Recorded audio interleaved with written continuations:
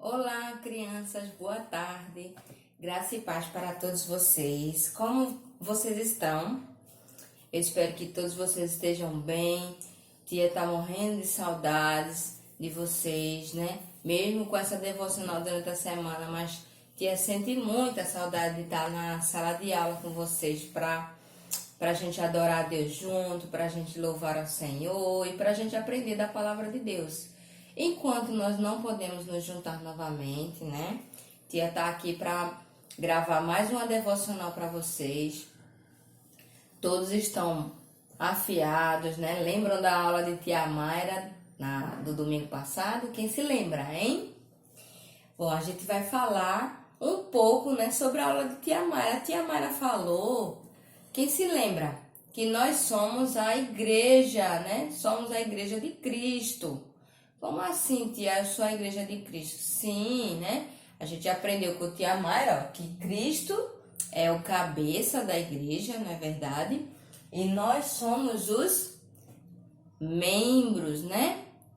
Ou seja, nós fazemos parte todos juntos da igreja de Cristo, a igreja invisível, né? Porque tem a igreja visível, que é essa aqui, no nosso caso, nós fazemos parte da Segunda Igreja Batista de Abreu Lima, né? O templo físico, mas também tem o templo espiritual, né?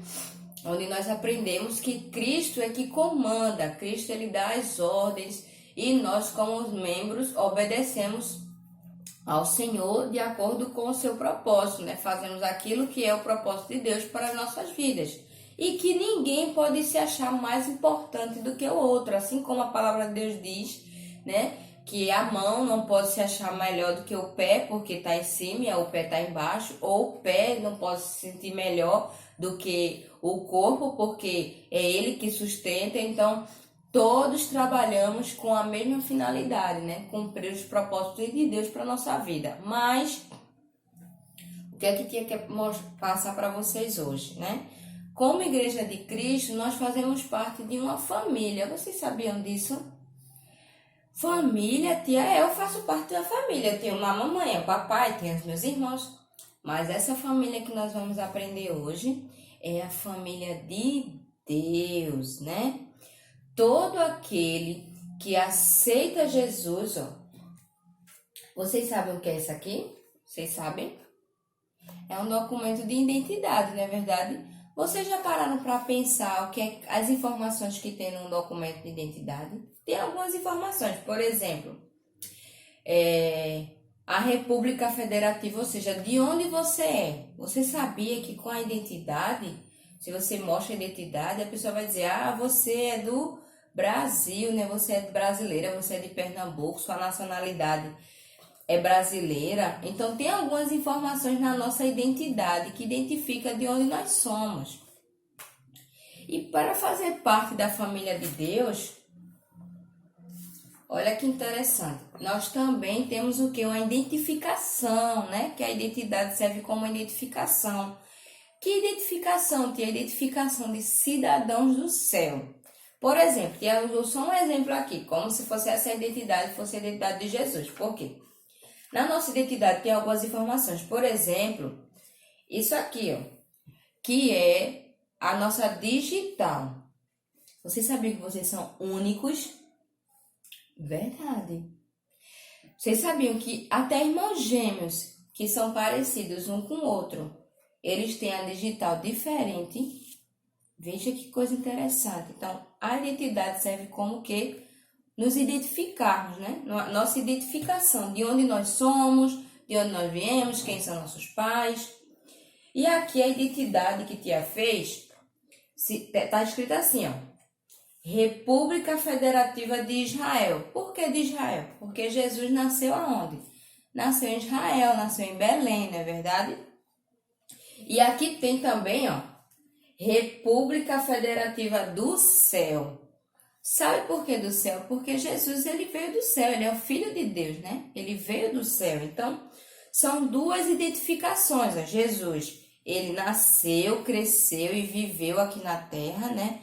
No povoado de Israel. E ele veio do céu, né? Aqui a assinatura, né, que geralmente tem a assinatura na nossa identidade aqui embaixo. A assinatura Jesus Cristo e aqui, ó, carteira de identidade. Aqui tia colocou, porque a gente não sabe a digital de Jesus, mas existe uma marca em Jesus, que é a marca, ó, dos cravos, né? Jesus, o corpo de Jesus foi restaurado quando ele ressuscitou, mas uma coisa permaneceu em Jesus, que é, ó, a marca. Então, para fazer parte da família de Deus, porque Jesus é o Filho de Deus. Então, tia, como é que eu sou filho e filha de Deus? Quando nós recebemos a Jesus, né? Quando nós recebemos o sacrifício de Jesus, que é o Filho de Deus, a Bíblia fala que nós também nos tornamos filhos de Deus. Onde é que está escrito isso, tia?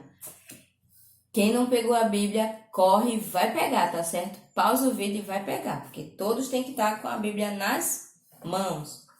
Onde que está escrito isso, tia? Está lá em João, vamos acompanhar? João, capítulo 1. João, capítulo 1, versículos 12 e 13, dizem assim. 12 e 13. João 1, 12 e 13. Diz o seguinte. Eita, abrinhaço. Mateus, Marcos, Lucas, João. Diz o seguinte a palavra de Deus. Contudo, aos que o receberam e creram em seu nome, Jesus Cristo, né? E creram em seu nome, deu-lhes o direito de se tornarem filhos de Deus, os quais não nasceram por descendência natural, nem pela vontade da carne, nem pela vontade de algum homem, mas nasceram de Deus. Então, o que a palavra de Deus fala aqui para nós? Aqueles que receberam a Cristo, né? Porque a gente está falando de quê? Da igreja, né? Do corpo de Cristo e da família de Deus. Então, crianças, é todo mundo que é filho de Deus, que é filha de Deus?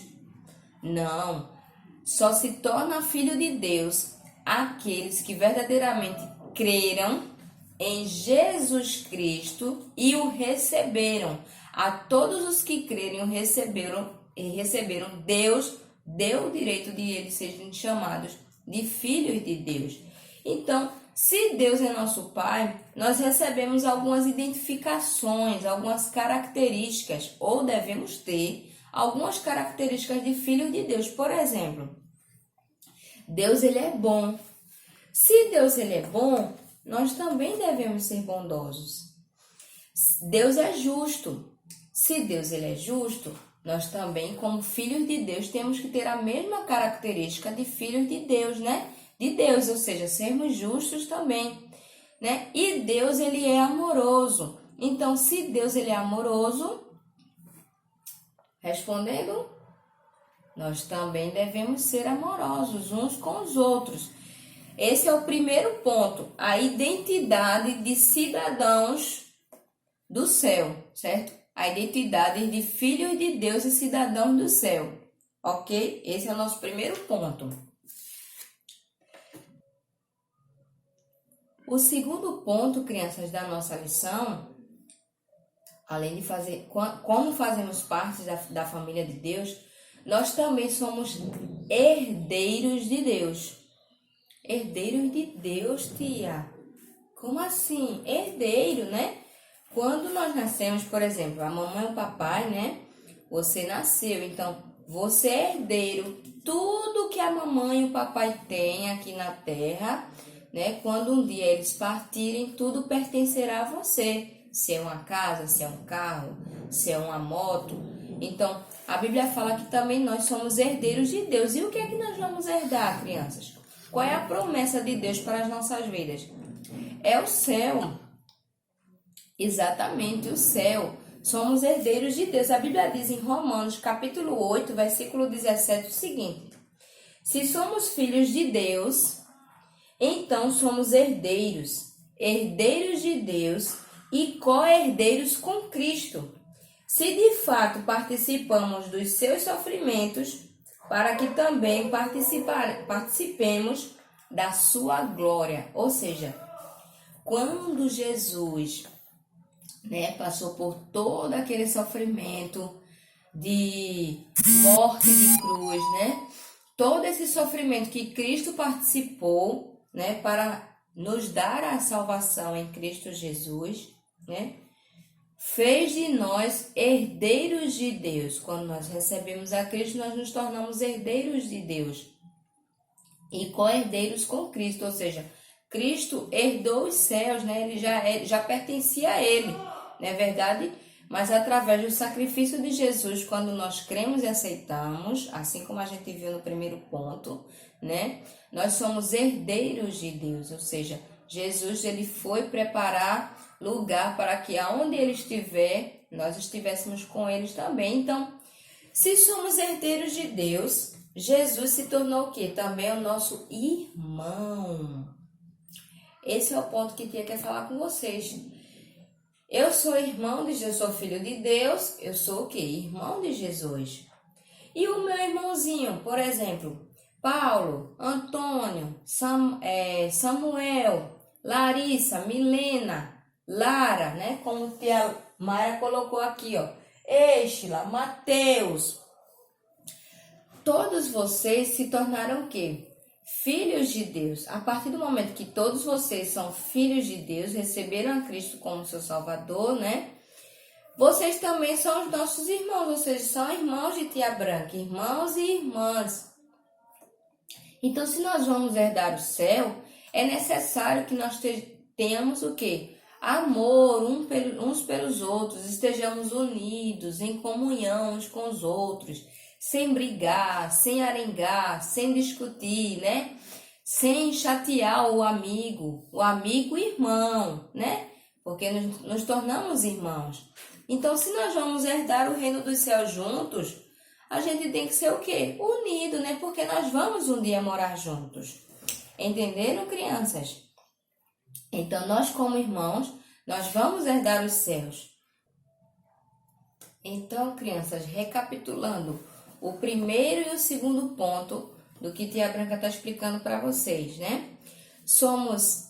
primeiro ponto, nós temos a identidade, somos identificados como filhos de Deus, certo? A partir do momento que recebemos Jesus, nos tornamos filhos de Deus. A partir do momento que recebemos Jesus, nos tornamos filhos de Deus. Tia vai repetir mais uma vez. A partir do momento que recebemos Jesus, nos tornamos filhos de Deus. Segundo ponto, como filhos, nós somos herdeiros de Deus. Como filhos, somos herdeiros de Deus. Como filhos, somos herdeiros de Deus. Vocês não vão esquecer mais. E o terceiro e último ponto, crianças, é o que tia estava falando no ponto anterior. Nós somos herdeiros de Deus, vamos herdar o céu, O céu é nossa herança e nos tornamos irmãos. Somos irmãos de Jesus e irmãos uns dos outros, certo? Onde é que está escrito isso, tia? Lá em Atos dos Apóstolos, capítulo 2, versículo 42 ao 47, diz assim, nos tornamos irmãos e temos comunhão uns com os outros. É o título do texto, a comunhão dos cristãos. Tia, eu não sei como é que é ser um cristão, a gente vai aprender agora, tá certo? Eles se dedicavam, o versículo 42 diz o seguinte: eles se dedicavam ao ensino dos apóstolos e à comunhão, ao partir do pão e às orações. Todos estavam cheios de temor e muitas maravilhas e sinais eram feitos pelos apóstolos. Os que criam mantinham-se unidos e tinham tudo em comum. Vendendo suas propriedades e bens, distribuíam cada um conforme a sua necessidade. Todos os dias continuavam a se reunir no pátio do templo, partiam o pão em suas casas e juntos participavam das refeições com alegria e sinceridade de coração, louvando a Deus e tendo a simpatia de todo o povo. E o Senhor lhes acrescentava diariamente os que iam sendo salvos. Olha que coisa interessante. Eles estavam em comunhão. Eles faziam tudo juntos. Eles partiam pão, né? Eles oravam juntos. Eles vendiam suas propriedades, né? Para benefício da obra do Senhor. Também diz aqui, louvando a Deus, tendo simpatia do povo, de todo o povo. Por exemplo, trazendo para os dias de hoje, né? Para a nossa realidade. Eles estavam sempre em comunhão, sempre juntos, todos de acordo, um com o outro. Eles não discutiam, eles não brigavam, né? Eles estavam todos em comunhão. Deus, ele enviava o necessário para que a obra dele pudesse prosseguir, para que os apóstolos pudessem levar a mensagem de Cristo. Muitos sinais e maravilhas aconteciam no meio do povo. Por exemplo, um orava pela cura de outro e Deus curava, né? Um orava porque o irmão estava passando uma situação difícil, uma necessidade, e Deus atendia, né? Além de Deus atender, eles se reuniam, se juntavam para ajudar o outro. Então, tia vai ler alguns tópicos aqui que vocês podem perceber da vida dos apóstolos. Quando um sofria, o outro sofria junto. Por quê? Porque é família, é uma família, né? Imagina que um irmãozinho seu ou a mamãe tá dodói. Você vai ficar assim, poxa, minha mãe tá dodói. Você não vai ficar pensando? Você não vai ficar olhando assim, querendo ajudar para que ela melhore? Não é verdade? Então, quando um sofria, todos sofriam juntos. Quando um se alegrava, todos se alegravam juntos, porque esse é o propósito da igreja, não é verdade? Esse é o propósito da igreja de Cristo, um ajudar o outro, amar o outro. Lembra que tia falou? Nós temos a característica de Deus, então nós devemos amar uns aos outros e ajudar uns aos outros. No momento que um tiver dificuldade, né, o outro vai ajudar. Se for você que tiver dificuldade em alguma situação da sua vida, um ajuda o outro. E você ajuda o seu irmão. Aí tem alguns exemplos para o dia de hoje, né? Ajudar o amigo, por exemplo, que tem dificuldade numa matéria da escola. Tia, isso é ter comunhão com ele? É sim, né? Às vezes o amigo não tem dificuldade em português, matemática, história, geografia. Você tem mais habilidade e você pode ajudar o seu coleguinha, né? Com a matéria que ele tem dificuldade de aprender, ou até mesmo você tendo dificuldade, né? Então, temos que ter essa sensibilidade com os nossos irmãos. Orar junto com eles se estiver passando por problemas, né? Às vezes, os nossos amiguinhos conversam com a gente, nossos irmãos. Lembrem que são nossos irmãos, são filhos de Deus. Então, eles falam assim, poxa, eu estou passando uma situação um pouco complicada, está tendo problemas na minha casa, de brigas, discussões. E você se juntar com o seu amigo e orar junto com ele, né?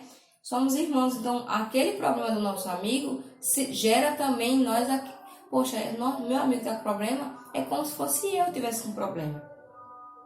Orientá-lo quando observa atitudes que não agradam a Deus. Por exemplo, às vezes o nosso coleguinha se expõe ou fala alguma palavra que não devia, né? É agressivo, né? Tá agindo de uma forma que não corresponde, né? Com aquilo que a Bíblia nos ensina a seguir. Então é necessário sim que nós ajudemos esse irmão orientando.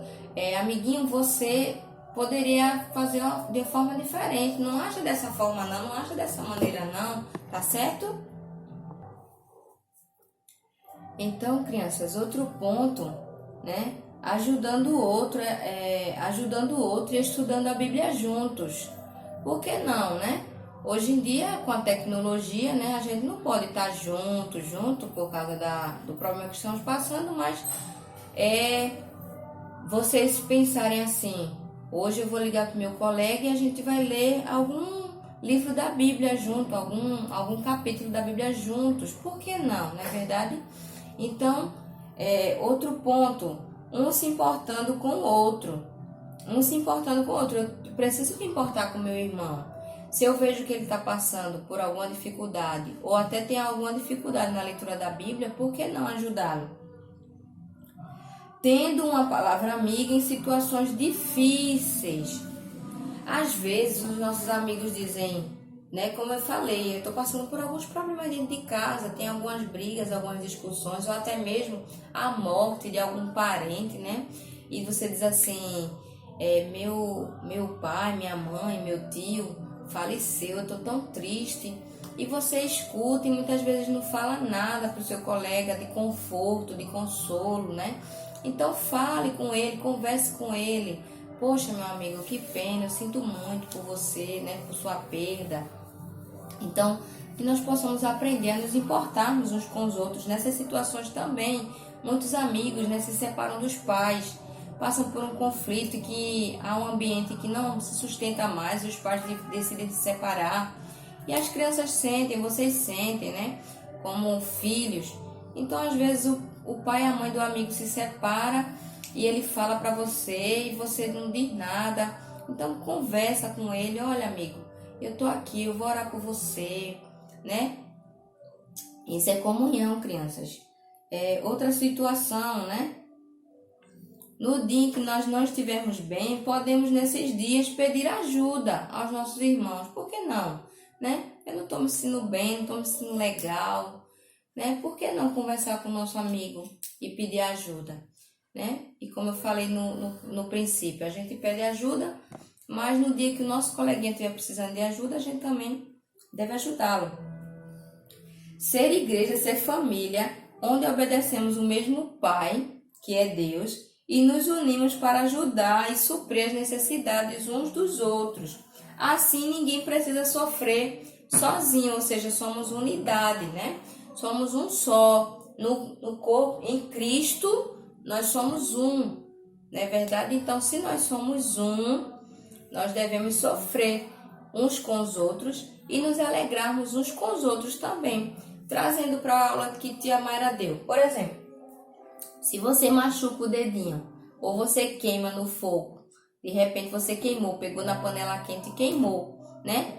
Você vai sentir aquela dor, então todo o seu corpo vai sofrer, não é verdade? Se você bate o dedão na quina de algum móvel, né? Todo o seu corpo vai sentir dor, todo o seu corpo vai sofrer, porque aquilo ali tá machucado, então você vai sentir incômodo, você não vai conseguir andar direito, né? Se você queima a mão, você não vai conseguir pegar nas coisas da forma que você pegava. Então, todo o seu corpo vai sofrer.